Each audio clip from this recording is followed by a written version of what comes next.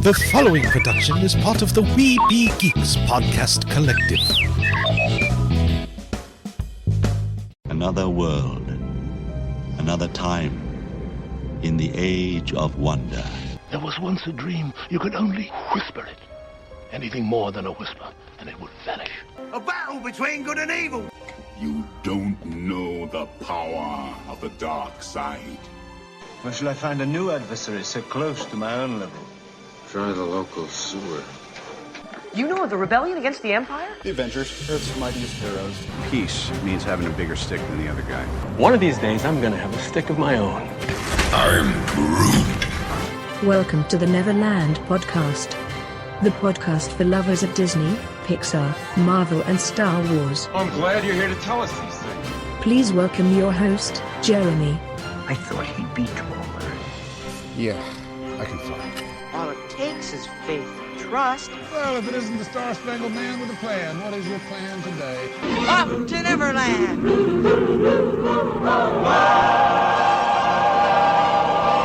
Take your pixie out of your pockets, Neverlanders. Sprinkle some of that pixie dust around. Think that happiest thought, and let's fly away to Neverland one more time. Well, I always say one more time there, but, we're going to do it again. It just may not always be on a week-to-week basis. But, hey, look, is this 3 weeks in a row? I actually feel like I'm getting back on schedule, but life is still pretty crazy. Who am I, though, by the way? I am your host. I'm Jeremy. Hello. But I am also your head Lost Boy, which gives me a Lost Boy nickname of the Spider-Pan. And if, of course, you would like to have a nickname of your own, you can visit our website, neverlandpodcast.com. Click on that Neverlanders link and choose yourself a nickname, because every Lost Boy has a nickname. We don't have any Lost Girls, though. We have Pixies, because girls are too clever. They don't get lost. We got some fun planned for today, because this is a holiday week with St. Patrick's Day following right here on, I guess, is that going to be on Tuesday? Yeah, that's on Tuesday, St. Patrick's Day, March 17th here. And, I thought I'd have a little bit of fun, and we're gonna dive into Darby O'Gill and the Little People, and a little bit of some of the folklore of some of the creatures you'll find, and some things I found online about the film. So we're going to have a little bit of fun with that. I don't know that this is going to be a particularly long show. I got to tell you, though, my life has been getting interesting because, even though I work at a radio station, we got an email from corporate that says anyone that we can manage to work from home is going to work from home. So I guess I probably will not be on the air, but I'm able to do some news writing from home and do things on our website for the radio station, and also doing things on social media. So I'll be working from home for probably the rest of the month, although where I live at here, just outside of Kansas City, we really haven't had a lot of cases of anyone really being testing positive for the coronavirus, but there are concerns, and a lot of the city has been shut down. In fact, the shutdown really kind of happened, when it was declared like a national state of emergency, and then Kansas City was declared a state of emergency, and so Disney parks are closed, and that is, I guess, kind of the big news of the day, is everything is just shutting down. We've gone into a panic mode, and you still have to ask the question, okay, well, the flu is kind of a pandemic of sorts, and has been more widespread, has killed more people, but I guess we feel better because we have a vaccine for the flu, and the coronavirus is a new thing, and we don't have a vaccine at this point, and so the only way really seems to be to stop it from spreading all over the place is good hygiene. Wash your hands, don't come into contact, don't do any traveling, and if you do, be careful about it. So, and the panic level, though, people are, I don't want to get into this, but I don't know. Has anybody figured out the toilet paper thing? Why anyone's panicking over toilet paper? And it's getting so bad. I mean, this is also allergy season, and I've got a tickle in my throat from, getting into spring and, the weather change going on. I was even, talking to somebody today that said that they had a friend working in a convenience store that has COPD, so you already have some lung problems, which basically means that, you would have some serious problems if you had contracted the coronavirus. But they coughed into their arm, and somebody in front of them freaked out and backed off. You got the virus! You realize you're going to have some mild flu symptoms, is what they're saying. Now, it can be very bad for if you have a lung condition, or you're elderly, or maybe just super young. Most of us could contract this and get over it.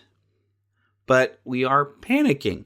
So, you know what? Let's visit Neverland and stop panicking, and let's just have some fun. How about that? We're going to take our minds off of any kind of crazy, wild stuff, and let's just have a good time. You know, in fact, my wife and I had a really good time at this thing, and you can look this up online and go to the website, Rhythm of the Dance. I managed to get some discounted tickets to go and see this show, and it was basically like an Irish step dance with sort of some traditional Irish style music, some old songs. There was a little bit of singing, lots of dancing, and the music being played right there on stage with like I don't know what you would call like this Irish drum, and then like a fife, like 3 different fife pipes the guy was playing, woman playing, well, basically this would be a fiddle. I think a lot of our traditional country music probably comes from that Celtic style of fiddle playing, because when you kind of listen to it, you can hear some of the early roots of what, you know, country music here in the United States, where it came from. It has to have come from that Celtic style. You can hear those similarities, but, you know, they had, you know, guitar, and it was playing all this great music and great dancing, and the dancing even kind of was almost storytelling at different, you know, bits, and it was wonderful. We just had a great time, and it was something kind of different for us to go and do. And we've even got, for our anniversary, we're going to go and eat dinner on a train, like a 3-hour tour on a train, an old 1940s style. So lots of fun, exciting things I'm getting to do, provided, of course, nothing goes wrong. Now, the 27th, I'm actually supposed to travel a little bit, just down to Jefferson City, Missouri. I'm supposed to drive down and meet some people from Learfield or Missouri Net. That's an affiliate of the radio station, or that I work at. And I'm supposed to go and tour the facility and tour the Capitol. The Capitol is not fully shut down around here in Missouri, so I'm wondering if anything's going to happen to my trip. But nobody has said anything to me that I'm not going to be allowed to come down. So that's hopefully still on, and I will try to get you some audio that might be fun for the show. They have decided that they thought it would be fun to take me on a haunted tour of a prison down in that area, provided, of course, nothing happens to prevent us from doing that. I'm going to try to get some audio from some of the people I meet there and what we think of it. I don't know if I can record audio during the tour, but I'll be able to talk about it, so it'll be fun. But anyways, I want to do something that we've started doing here over the last few weeks and have a little bit of wacky fun with some mistranslations. And, you know, eventually I should make some sounders. I've been trying to make new sounders. I just haven't had time to, because I'm still having a not so fun time with some of our sewer pipe problems around here. Things are a little crazy around here at the homestead, so I haven't quite gotten things transitioned over like I would have liked. But let's just dive in and have some fun with some mistranslated lyrics. Now, this is actually one that I was wanting to do, a few weeks ago. Now, this is a song that was written in English and then it was already turned into another language when you hear it in a particular film that wasn't always Disney owned, we'll just say that. And I want to read you the real lyrics later, but I've taken the translated into another language lyrics, and I turned that into English, and then from English I translated into multiple language coming back to English to get sort of a similar result. Now, some of the words from the language it was turned into, because it wasn't a real language, it's not spoken here on Earth. We'll just say that. So it came up with something funny, but let me go ahead and read you how these lyrics came out. From Quebec, Zanuck Fezzy. At his Jal LLC sang Jup Cool I'm. We did it! Watak Peg Quay 2G Piffs. Oh, insane bass game. Jer tastes good. Who will? Walk milk not working. Gauze Hera quality details. Milk orchid Japanese. No milk unless you decide. Milk run together. We did it! From Quebec, Zanuck Fizzy. My toaster and jam. Who will? Walk milk not working. Watagu Pegkidu Zepif Azact. Gauze Hera quality details. Milk running together. Good coffee. No milk unless you decide. Milk orchid Japanese. We did it! I owe you my toaster and jam. Who will? Walk milk not working. Gauze Jarus deg debt. Milk running together. Good coffee. No milk unless you decide. Milk orchid Japanese. I owe you. We did it. Milk running together. Good coffee. No milk unless you decide. Milk orchid Japanese. We did it. Milk running together. Good coffee. No milk unless you decide. Milk running together. Silly stocks. We did it. That, of course, is completely nonsensical lyrics. Let me read you the actual English lyrics that were written for this. Feel my body growing. My bones have started glowing. Ooh, wow. The time has come for showing that I'll shape you up and work you out. My body feels exciting. My soul is synthesizing. My whole frame is jumping. I'm working out and having fun. Work it out, you've got to move your soul. Work it out, you've got to feel the heat. Work it out, you've got to move your soul. Wow. Feel my body growing. My body feels exciting. My soul is synthesizing. My whole frame is jumping. The time has come for showing. I'll shape you up and work you out. It's got a rhythm to it. Work it out, you've got to move your soul. Work it out, you've got to feel the heat. Work it out, you've got to move your soul. Wow. Work you out, my body feels exciting. My soul is synthesizing. My whole frame is jumping. I'll shape you up and work you out. And it's just going to keep repeating that over and over and over. But that was Fancy Man, as was written by Joseph Williams. And then they translated it into Huttese, basically, and it became Lopty Neck, the original song from Return of the Jedi. And like I said, I took the Huttese lyrics and I moved that into English and through several languages. And that's how we got what I just read for you before I read it in English. Now, okay, so this one is, I don't know how familiar with the lyrics of this next song you would be, but from Darby O'Gill and the Little People, we are very enjoying the song Sean Connery sings, and it pops up several times, of The Pretty Irish Girl. It's a nice little tune in Darby O'Gill and the Little People, in which, by the way, if you have not watched the film, it is on Disney+, and what a great time to watch it. But I took that song, of course, ran it through several other languages and brought it back to English. And you might not know what the real lyrics are at all. And you might not be that familiar with the song. But let me read for you what I managed to get after going through, I don't even know how many languages. Have you ever had one? Saw the sea fly up, or purple candles? Galway Bay, they are fishermen. A country full of beauty, and they are all together in shape and face, and easy grace, from a beautiful Irish girl. Oh, he loves me, my way. His eyes were so bright, full of fun. Nothing more, able to match your preferences. This is my love, my way, my laugh and allure. I like the floor they walk on, Ira, my friend. When the dew is in the ark, and with every drop of pearl, when the goose yells, and the sound of the song is sung in German, standing at the door, she's a pretty Irish girl. Oh, he loves me, lover. His eyes were so bright, full of fun. Nothing more, able to match her preferences. This is my love, lover, my laugh and allure. I love the floor, works, my beautiful Irish. And it just stops right there. That almost has a sense to it, but not really. All right, y'all. One more time. It don't matter what you look like. It don't nobody gonna sing with me. Okay. The Neverland Trailer Park. Okay, so we got a couple of trailers that dropped this week. And let me just go ahead and share the first one.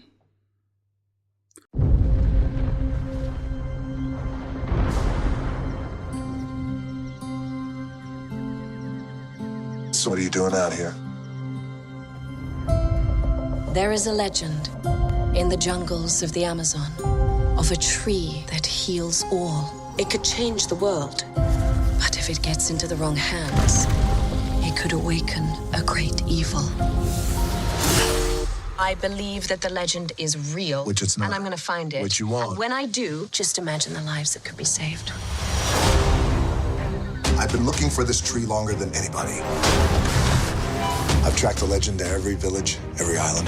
Nothing. You're searching for something that can't be found. But you've never had the key.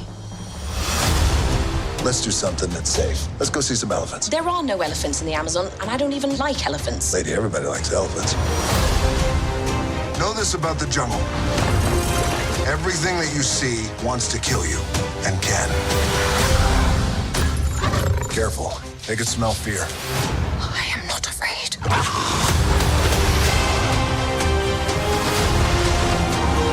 Oh my gosh. Who brings a submarine to the Amazon? Fire!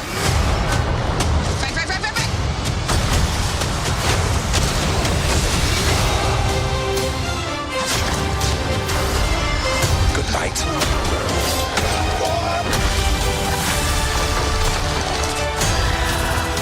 I got you.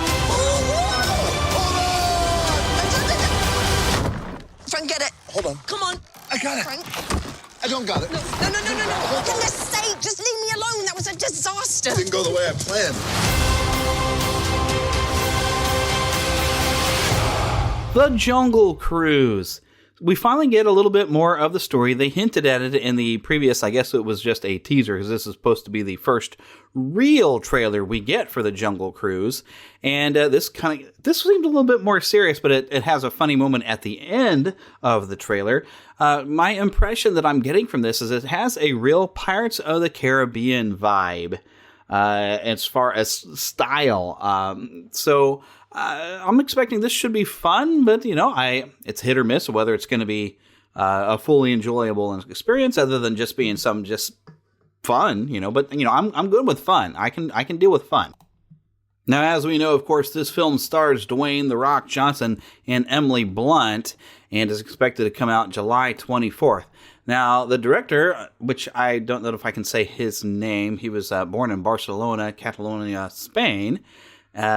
Jaume Colette Serra. I don't know. I'm not sure if I'm saying his name right, but his films that he's known for, according to IMDb, are The Shallows, Unknown with Liam Neeson, a film called Orphan that I remember seeing ads for, and the old remake of House of Wax.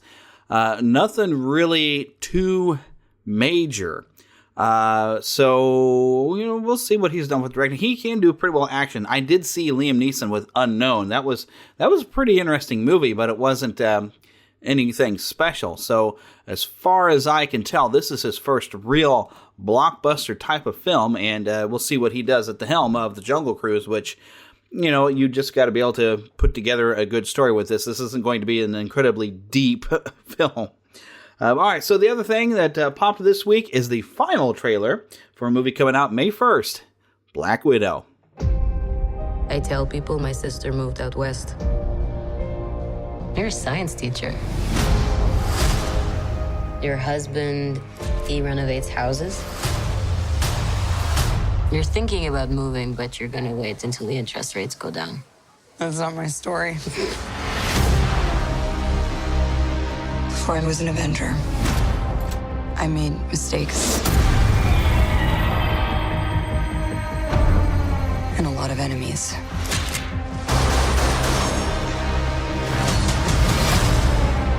His call sign's Taskmaster.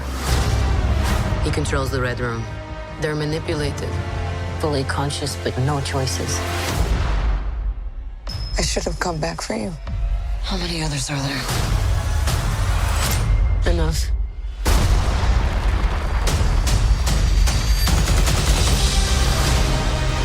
We have to go back to where it all started.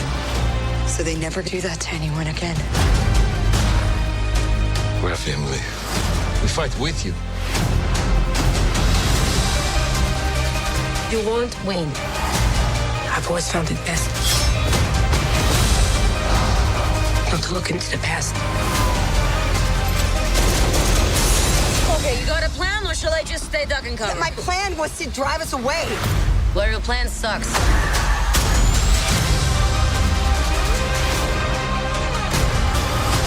At some point, we all have to choose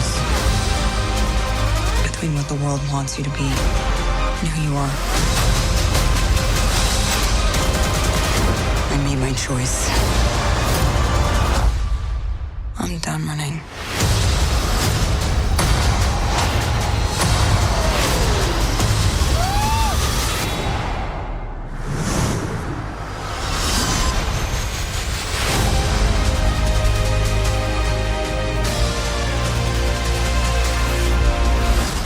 Here's what's gonna happen. Natasha, don't slouch. I'm not slouching. You're going to get a back hunch. Listen to your mother. Oh my God, this. Up. All Listen. right, enough, all of you. I didn't say anything. That's not fair. Now, what I really enjoyed and got the most out of from this is we finally got a good look at Taskmaster and seeing him in action. I think he may have popped up in some of the previous trailers, but this is the first time I really felt like I got a good look at him. He looks really cool. I'm not sure who they have playing Taskmaster. I think I need to look that up right quick. But oh my gosh, they've really done a good job of bringing him. We see him studying footage. In one clip and everything, he's watching the Black Widow doing her thing. That's pretty much what he does. He studies, and then he can mimic a lot of what you do, and very, very, very cool what we're seeing him do. But we're seeing Red Guardian popping up, played by David Harbour as Natasha's father. Let's see. I'm trying to look and see a full cast real quick of who is playing Taskmaster. Now, I don't know that I know Taskmaster's actual first name, to tell you the truth. I'm mainly familiar. I mean, I've seen him pop up in comics, but I think I got more out of his appearance in the Spider-Man PlayStation 4 game, which was really, really cool. And there's a lot of people on IMDb. They have a lot of people in the cast, and they have not listed who they're playing. So I don't know who they have playing Taskmaster, and we don't really get a look at his face, just his mask. But some of the things we see him doing fighting Red Guardian are just, he's going to be a heck of a great threat.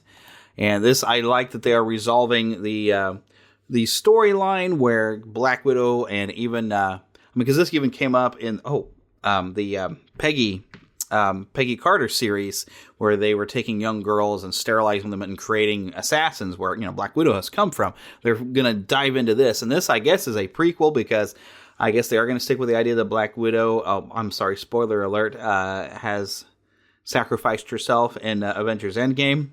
I guess they're keeping with that. I'm still not that happy about that, but that's film industry. So, but this, I'm pretty excited for this. This looks very, very good. And looking ahead, this should come out. Well, usually it's like the first Saturday is Free Comic Book Day in May. I'm used to it coming a little bit later, but I'm figuring May 2nd will probably be Free Comic Book Day, because Marvel has been smart about putting a movie in right for the weekend. For Free Comic Book Day. So that will be coming up very soon. But speaking of other things that I like to do here locally, Planet Comic-Con, which I don't have a panel set up for it, but I usually attend, it has been postponed, and it might happen late summer, early fall. They haven't given a date, but if anyone in Kansas City or if anybody from outside travels to Planet Comic-Con, unfortunately, it has been postponed due to the shutdown of the Kansas City area, where they don't want a gathering of more than like 250 people. So anyways, but that was our visit to the trailer park, and now I actually have a movie review for you. Time out! The Great Space Coaster will return after these messages.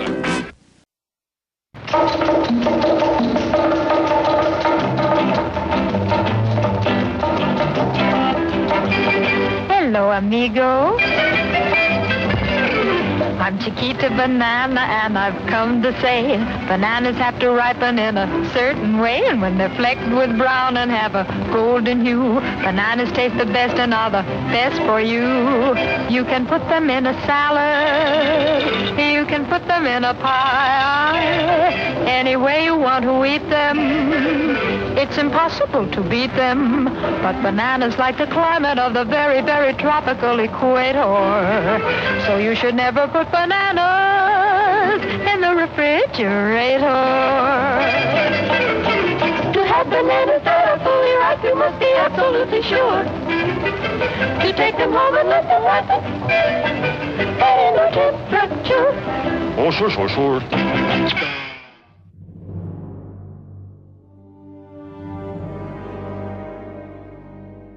C-3PO, Loki, Mace Windu, Dr. Bruce Banner, Captain Rex, Venom, Princess Leia, Jean Grey, Darth Maul, Nick Fury, Grand Moff Tarkin, Captain America, Lando Calrissian, Cyclops. What do all these characters have in common?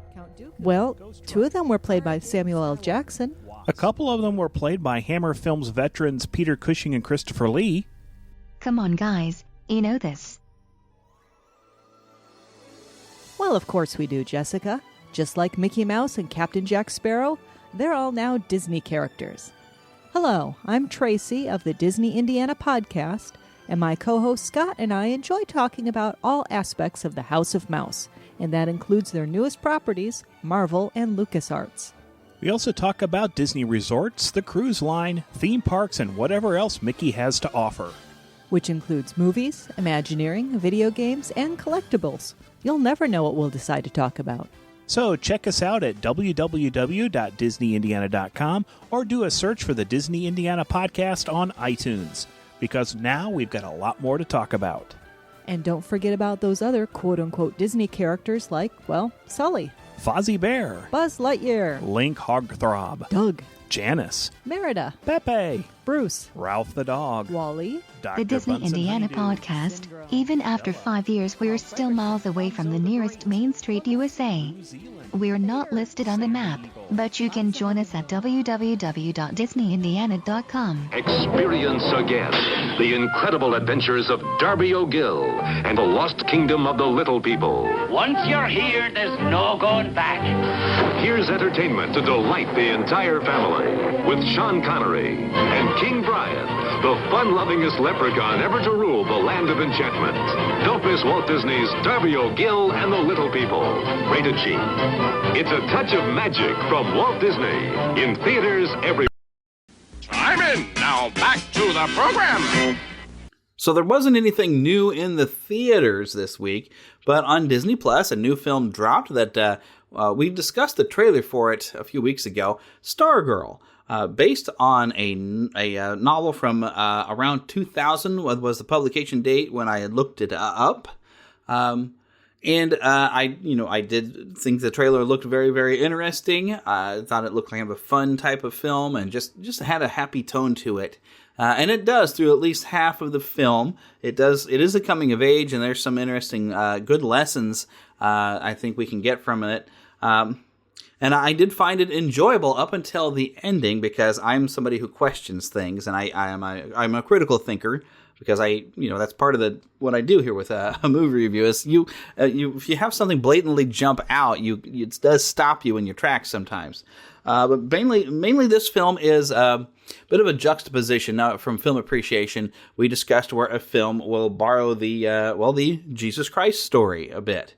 They will borrow from that, and you'll have a character arc that follows in that. And that would be somebody who suddenly throws off the status quo, brings a lot of positivity, has a moment of death and resurrection, and then disappears. I don't want to get in too far, but because I don't want to spoil the movie for you. Because I do think you should probably sit down and watch it, and sit down with your teens and your preteens. It's definitely appropriate for them, and I think there are some things you can discuss with them, being a parent, if you are.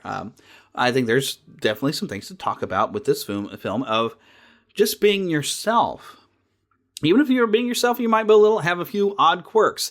And some of the things we see, Stargirl do are some pretty positive things. She's just trying to be nice to people, and she doesn't necessarily want to be seen being nice. She wants to keep it in secret. She... At one point, you see she's walking along and she's just randomly dropping coins in people's parking meters. She's just trying to help out.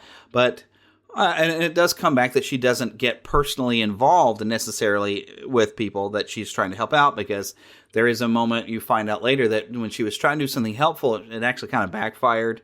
And so that does make for some interesting stuff. But there's definitely a theme of just kind of being yourself, and you don't have to try to blend in. You just be who you are. Now, I find an opposite tone also that I like to kind of point out, that sometimes we try to be individuals so much that we're not being ourselves. I see this happen a lot where they put effort into, I'm trying to be different as I'm an individual. And actually, by trying to be different, you're conforming actually to a completely different thing. It's another thing I have. If you have to wear a shirt or a hat that says, I'm a nerd, or labeling yourself, then you probably aren't. You're probably more just a fan of different things that might be considered quote-unquote nerd culture, To just be yourself, you don't have to wear something that labels you that. You just wear what you like and enjoy, You don't have to impress anybody with your clothes. Just be who you are, and just be the best you that you are. God made you special and he loves you very much, as they used to say on VeggieTales. You are a unique and special person. Just be who you are. And I think that's one of the things that this movie tries to communicate. Although they have to go a little bit over the top to communicate the message, but it's a good message. But the ending, I had a problem with the ending, and I just don't really want to spoil it. But I will say that, okay, something they do with the end of the film does not make sense in a world of cell phones when you clearly show that people do have each other's cell phone numbers. Okay? Let's just say that people do not lose track of each other. Okay? And that is something, when you get to the end of the film, you'll understand what I'm talking about. And it did sort of ruin it for the movie. The ending was like, And also, this movie, I think, has some similarities to La La Land, where it's an enjoyable watch, but you might not care for the ending. It doesn't quite end the way you would expect, but it's not, sometimes when you have a happy feel-good style movie, it's nice to have a good ending to match it, and not an ending that's like, oh, well, that's not kind of what I would like to have had happen. But, it's definitely worth, I think, a watch and a sit down with your kids to discuss some of the themes of Stargirl. Go check it out on Disney+. Let's take a ride at a Disney park. Let's take a ride right now. Boom, boom. Listen to people if you want, but at the end of the day, you're just going to want to see the doc again. Let's be honest. Now, with that out of the way, of course, good morning and welcome aboard. For your safety, mates, remember to remain seated with your hands, arms, feet, and legs inside the boat. Supervise children. That way we all make it back. Fair enough. Now, let's start you out right. Now, as we emerge today, we find ourselves traveling down the Lost River Delta of Adventureland. This body of water has a deep-rooted cultural history stemming forth from lost civilization. Today, I'd like to focus on that river shrine ahead of us. The river shrine was built centuries ago and later wrecked in an earthquake. As the shrine sunk, the floodwaters came through and invited predators into the region, such as the crocodile, the cobra, the Bengal tiger. Fun fact, tigers can jump 40 feet to attack their prey. Now, we're only 30 feet away, so if she does jump, she'll go right over your heads and miss dramatically for your safety. Now, as for the crocodiles and cobras, they're looking for handouts. Don't be a handout. Let's keep moving, all right? It's nothing personal, but we don't want to stick around. We might end up in ruins, so get going, yeah? Bring it around. Up ahead, we're going to roll out to the elephant pool, or as I like to call it, a practical plethora of playful pachyderms perfectly posed for picture-taking perfection. But anyway, you have fun with that. I'll give you a moment to get acquainted with the herd here. If you want to get your devices out, take pictures, go wild, don't be shy. The elephants clearly have their trunks on. Up in the waterfall, that's Bertha, bathing beauty.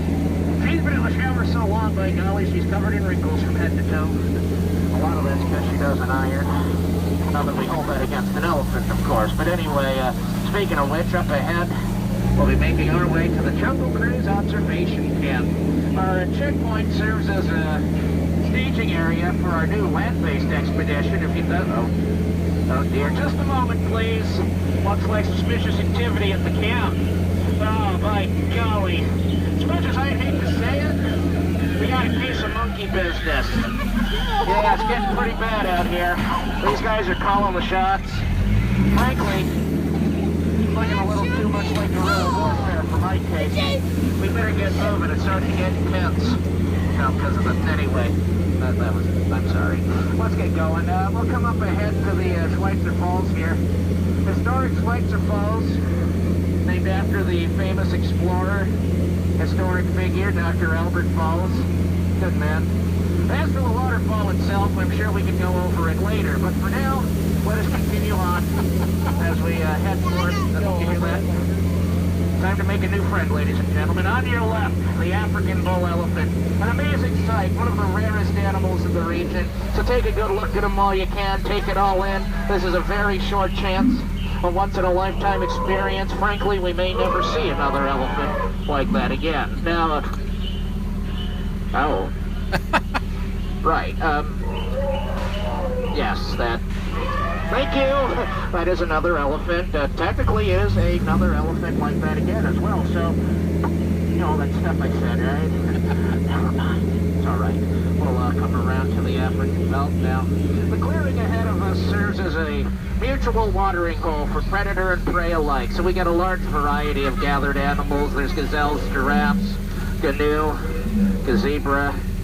There's lions, apparently protecting a sleeping zebra. That's wild. No kidding, right? He looks dead tired. The humidity must have gotten to him. They dragged him into the shade to cool off. Now, oh, good grief.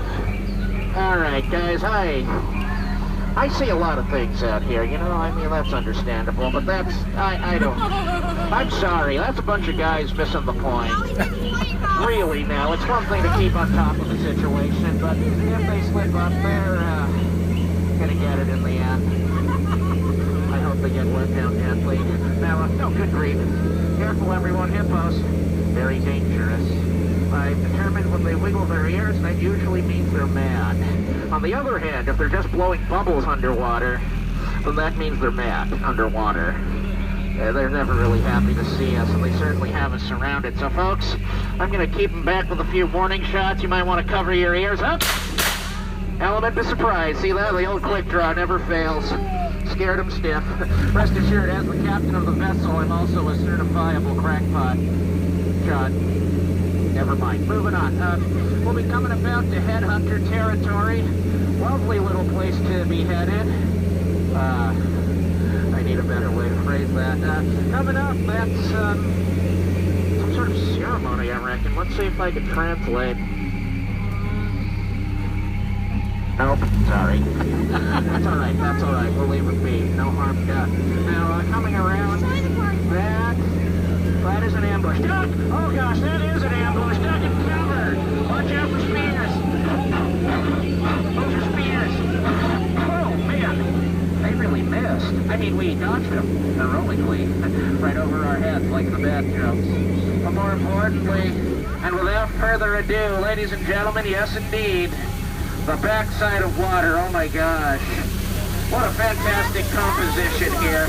Scientifically known as the O2H. Formally it's the backside of H2O, but that's practically the same thing, scientifically. But not to be outdone, around the corner here, just past the falls, we arrive in the Amazon. For those of you unfamiliar, the Amazon basin is home to many rare and exotic plants, so I'll point that out. There we are, one on each side for your convenience. Now, if you listen carefully...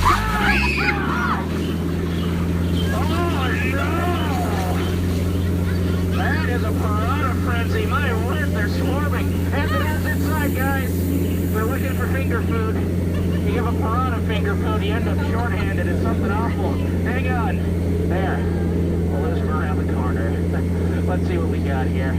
Looks like we made it back to civilization, and that's my pal Trader Sam, the head salesman. He's in charge of souvenirs, and today we're having a shrunken head sale, 2 for 1. You know, doubleheader. It's the weekend after all. So you can pick up 2 of his heads for 1 of yours.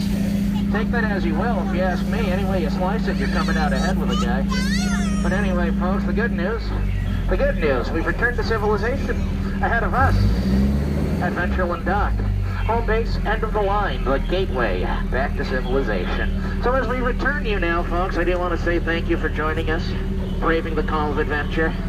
Hope you had a good time today, and I hope today's adventure was as educational as it was enthralling. Let me tell you, folks, it takes a lot to get through a jungle like that, and you have what it takes, and I'm proud of that. We laughed, we cried. Only the jokes died. That's good. It's good. We survived. Showed them what's for. With that said, folks, you want to be careful, of course. Wherever you head out there today, you want to be careful. It's a jungle out there. No, it isn't. It's a jungle in here. And out there, it's a civilization. You already survived the jungle. So that pretty much means you're ready for anything, I suppose. And that's good, too. It's always good to be prepared. So as we approach the dock, remain seated, please, with hands, arms, feet, and legs inside of the boat. That way you don't scratch the dock and feel guilty about it. You hang tough here, guys. We'll go ahead and wrap her up, and the lads will move in to assist you from the boat in just a short moment. Ready, steady? Welcome back, mates. You can stand when ready. Left side and back row can roll out the back door, kind of form a line through the back. If you're on the right side or the center seats, you can form a line that ends up the middle. Kind of just take your time, watch your steps and heads in the deep part. If you miss a step and hit your head, watch your leg. This is your Neverland story time. You can listen along with your MP3 device. You will know it is time to listen when you hear the chime like this. Let's begin now. This is the story of Zummy's magic spell. You can read along with me in your book. You will know it is time to turn the page when you hear the chimes ring like this. Let's begin now. Zummy Gummy, the amateur magician of the gummy bears, stood proudly in front of a candelabra. Now watch, Kevin. I'm about to do my new lamp-lighting spell. The young boy was puzzled. But I've seen you do magic before. Yes, but from pieces of paper. This is a spell I learned by heart. Stand back. It may be dangerous. purple bear squinted his eyes, spun around once, waved his arms, and wiggled his fingers. Flumite, flumame, numau! One little candle on the end burst into a tiny flame. Zummy panted, exhausted. Pretty good, huh? That's great, Zummy. Let's go show the others. Kevin grabbed him by the sleeve and dragged him toward the kitchen. But the other gummies had no time for magic tricks. Grammy was banging the water faucet with a saucepan.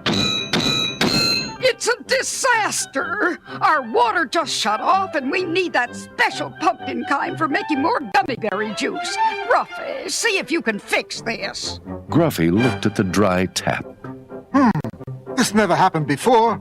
Probably just a clogged pipe. I'll get some tools. Zummy stopped him. Since the water is pumped in, the problem could be at the source. Maybe some of us should go see. Gruffy shook his head. I say we all stay and dig. He got a cold look from Grammy. You can stay and dig up the countryside if you want, old fool, but I'm going with Zummy. Back in the Gummy Glen Library, Zummy showed the others a map. Here's where our water comes from. It's called a pumping station. A pumping station. It's by this river. Little Cubby waved his wooden sword in the air. Oh boy, an adventure! To the quick tunnels! Kevin wasn't too happy as he, Zummy, Cubby, and Grammy crawled into one of the many underground quick tunnel cars. This roller coaster subway scared him silly. The car rolled gently forward, then dropped with the speed of a rocket. Kevin screamed as they shot through the darkness at breakneck speed, banking around curves and doing loop-the-loops. As Kevin climbed wobbly from the car, he heard a loud rumbling. What's that noise, Zummy? Oh, the map shows a little waterfall at the pumping station. But as they stepped into the daylight, they found themselves on one side of a river that thundered down for hundreds of feet. Grammy gasped. A little waterfall? Zummy was shaken. The map shows the pumping station on the other side. Cubby pointed to a narrow span of slippery rope. Look! There's a bridge! We can cross the falls there! Oh my goodness! This is terrible, terrible! Zummy moaned as he looked from the skinny bridge down to the crashing water below. Cubby whispered to Kevin. Zummy's scared of heights. Zummy stepped out onto the wobbly bridge. Grammy shouted. Don't look down! Just look at the trees on the other side! He struggled halfway and then froze. I can't move! Kevin crawled over Zummy and bent down. Here, climb on my back, Zummy. I'll carry you across. The frightened bear almost choked Kevin doing so, but soon all were safe on the other side.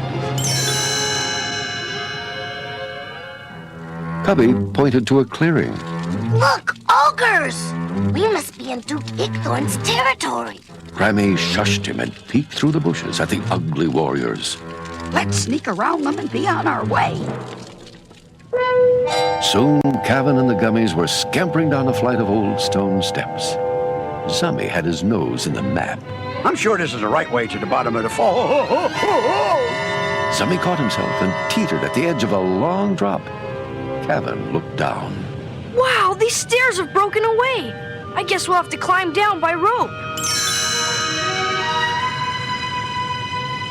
At the base of the waterfall, Cubby found a large, ancient door with a carved bear over it. This must be the pumping station, right, Zummy? Good work, Cubby. Now let me try my gummy medallion. Zummy inserted it into the ancient lock. The massive door swung open, and the bear stepped cautiously into the dark. Grammy took a torch from the wall. Zummy rushed up eagerly and grabbed it. Let me light it with my magic. Lumite, numame, flumau. Flumite, lumame, numau. Nothing happened. I guess I got the words wrong. Grammy snatched the torch away impatiently. Very impressive, Zummy. Very impressive. Then she lit it by hand. Zummy sighed. Inside, they found a gigantic room filled with huge wooden gears and thick metal pipes leading off in all directions. Grammy stared about in wonderment. Gummy bears built all this? Zummy nodded, amazed. Yes, and it's been running all these years without anyone tending it. Until now. Cubby gazed at the silent machinery. Kevin glanced around. Zummy, could that be the problem? He pointed to a log jammed into the enormous water wheel. Yes, that's it. But how can we fix it? The adventurous boy pushed up his sleeves. Give me some gummy berry juice, and I'll climb up there and unjam it. Soon he was maneuvering up the steep machinery. At the top of the water wheel, Kevin drank his little bottle of gummy berry juice. With a jolt, he became as strong as 50 men.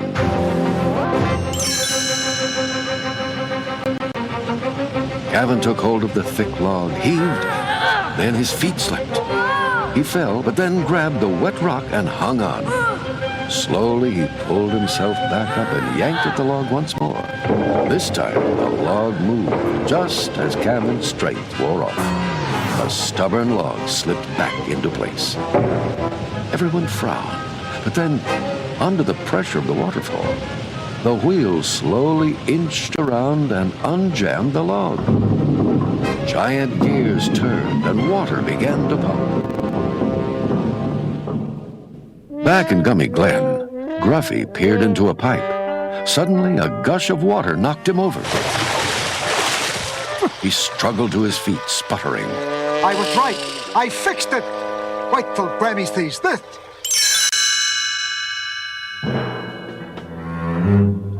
With the pumping station working again, the Gummies and Kevin climbed back up to the top of the falls.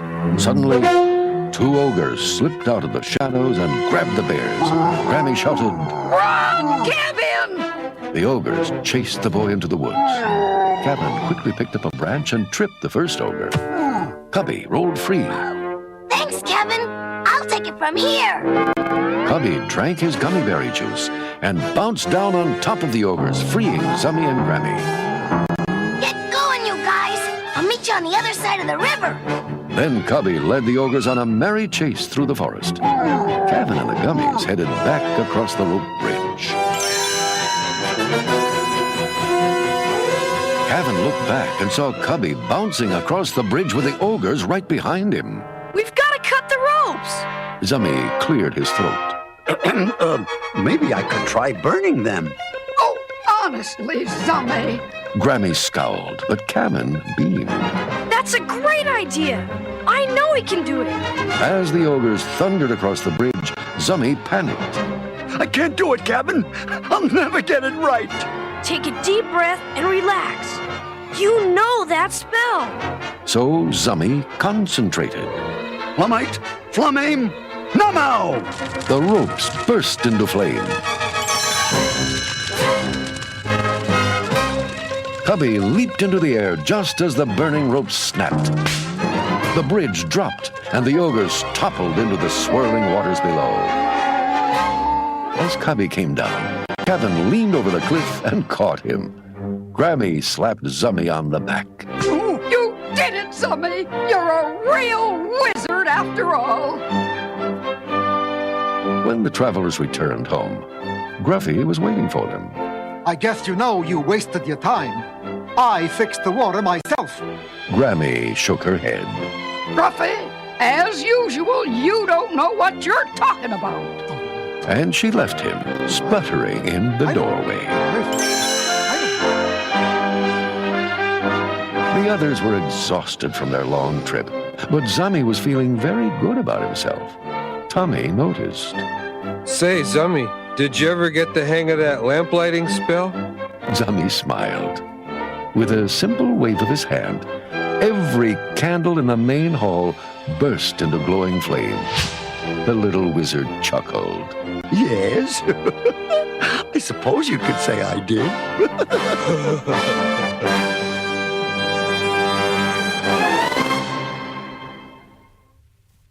To Disney and beyond. Now, as I mentioned before, and a little bit of Irish fun for St. Patrick's Day, I sat and I watched Darby O'Gill and the Little People. And if you watch in the opening credits, it is available on Disney Plus, by the way, but you will find that it is based off some books by Hermione Templeton Kavanagh, or H.T. Kavanagh. Now, this is from a book. It's Darby O'Gill and the Good People from 1903. It has entered public domain due to how long ago this was written. And this is a collection of stories, and I did find this all online. The content says Darby O'Gill and the Good People, Darby O'Gill and the Leprechaun, the conversion of Father Cassidy. That might be a conversion, but it's, Irish style. How the Fairies Came to Ireland, The Adventures of King Brian Connors, and The Banshee's Comb. And both of these last two, The Adventures of Brian Connors has like 3 different chapters, and The Banshee's Comb has like 4 different chapters.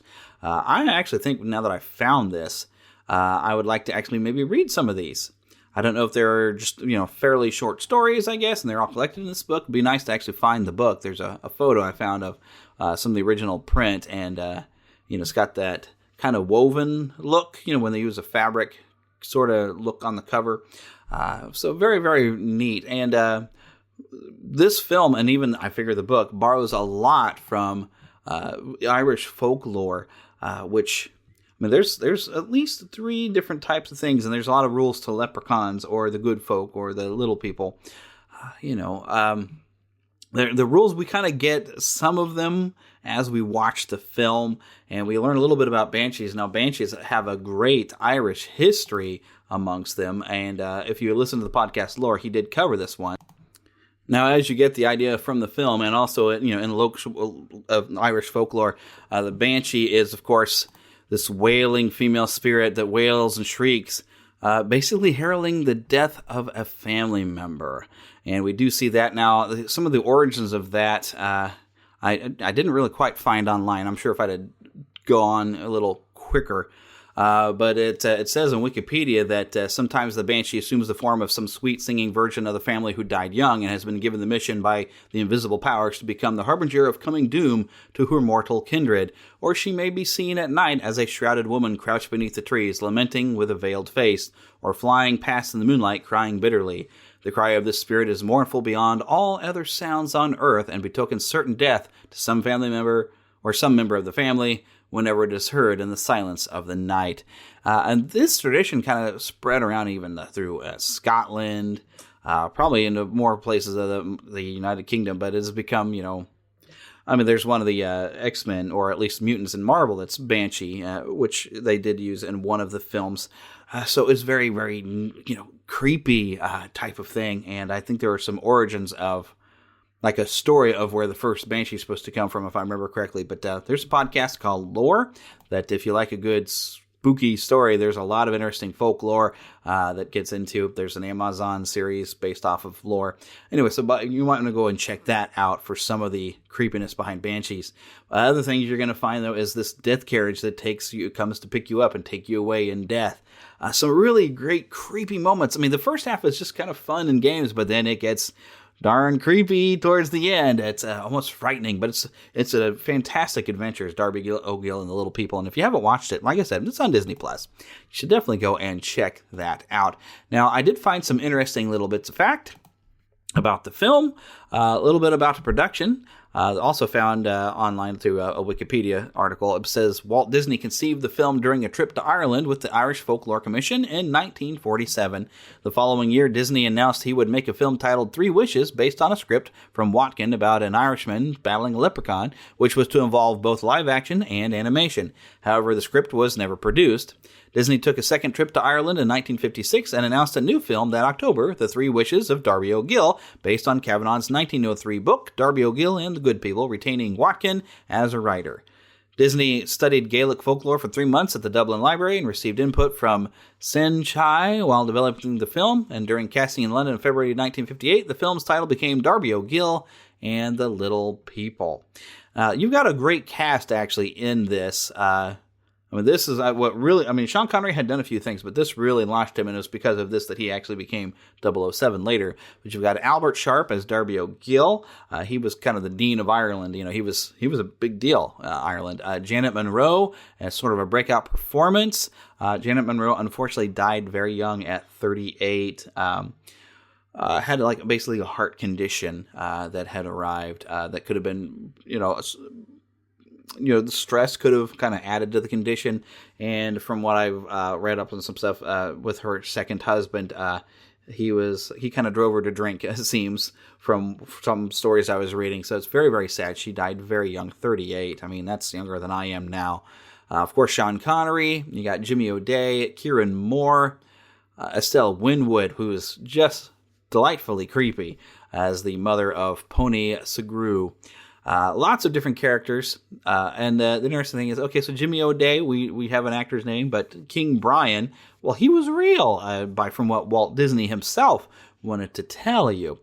There was even let me just get into some of this other stuff, but Walt Disney actually did produce a special trying to show everybody, oh no, these were real, and there's even a dedication at the beginning of the film thanking King Brian and all of his subjects for helping make this film possible. So let me, there was some facts on the D23 page. It said the luck of the Irish was with Walt as he selected his cash. Being half Irish myself, this is a quote from Walt, being half Irish myself, as I am, I don't know that I'm fully half Irish, but I'm Irish German myself. Anyways, but here's a Walt Disney quote. Being half Irish myself, I learned about the leprechauns of Ireland while I was still a small boy on our farm in Marceline, Missouri. Walt says in 1959, I began to believe in leprechauns then because some of my relatives had pretty convincing stories to tell about the magic powers of these little people and the tricks they could play when angry. And as early as 1945, Walt was developing a leprechaun feature. In 1946, several Disney artists went to Ireland to gather background material. In December 1948, Walt himself visited Ireland in preparation for a film to be based on the Darby O'Gill stories by H.D. Kavanaugh. One of Walt's pet projects, Darby O'Gill and the Little People, evolved from an animated feature to a live-action animation combo to the all-live-action film that finally went into production in 1958 for a 1959 release. Barry Fitzgerald was Walt's first choice to play the title role of Darby O'Gill, but when the semi-retired star declined, he turned to another performer they knew would be an on-screen perfection, Albert Sharp. Acclaimed as the Dean of Irish Actors, Sharp caught Walt's eye in the Broadway musical Finian's Rainbow in 1947. I've heard of this movie. I'm thinking I should check it out, because I do really enjoy the character of Darby O'Gill, and it's very well played by Albert Sharp. By the time Walt was ready to actually make the film in 1958, the veteran actor was retired and living in Ireland. But he was unable to resist Walt's invitation, coming to California to portray the wily old leprechaun expert. Another bit of fun in here is this, although you're looking at the Irish countryside, filmed entirely in Hollywood. But that happens, And now this is probably some of the best use of forced perspective. Forced perspective, you'll see that used in Lord of the Rings, but it was used a lot in this film, and it is so seamless that you can't even tell. But the camera it's like a single eye. If you were to close one eye, you lose depth perception, and they can use that trick to have someone that's actually in the foreground and some people in the background. But when you put them in the right spot, because the people that are further back are going to appear smaller than the people who are up close to the camera, but you can make it look as if they're on the same level, or even the person who's up close can seem further away because you tricked the eye. And it's impressive when you watch this film. I mean, the effects and the angles, it all holds up, and you could totally believe these little people. And it was such a great. There's photos on D23 showing like the production of all the people who are playing the leprechauns in this great, fantastic dancing scene. And it's one of the most elaborate sets ever created for a Hollywood film, and very large on Disney Studios' legendary Stage 4. Now, this is, of course, King Brian's throne room. There's oversized props. There's a big sword. There's a big punch bowl. And, of course, a giant pot of gold. And it says, in all, 649 lights were needed to illuminate the football field-sized stage. When the enormous banks of light were switched on for the first time, the city of Burbank underwent a massive power failure. So very, very fantastic. I mean, and just looking at the angles, and this, of course, as I mentioned before, Sean Connery this is what kind of launched him, got him under the attention for Albert R. Cubby Broccoli, who was looking for a James Bond, and this is where he made the choice. And this, as I said before, Walt wanted everyone to believe in leprechauns, and let me just read this from D23. As a fun way to extend the film's fantasy, Walt went full bore on a campaign establishing that Darby O'Gill starred actual leprechauns. Publicity pieces were published detailing the wee folks' involvement in filming, as were photos of the small stars attending the movie's Dublin premiere. Walt went so far as to produce I Captured the King of the Leprechauns, an episode of the Walt Disney Presents anthology TV show, in which he journeyed to Ireland to meet both Darby and King Brian. And as a finishing touch, the movie's opening credits state, "My thanks to King Brian of Knocknashiga and his leprechauns, whose gracious cooperation made this picture possible." Signed, Walt Disney. And it's a wonderful film. Like I said, it's got some fun bits of fantasy and cleverness, and it gets downright spooky by the end. And it's, you know what?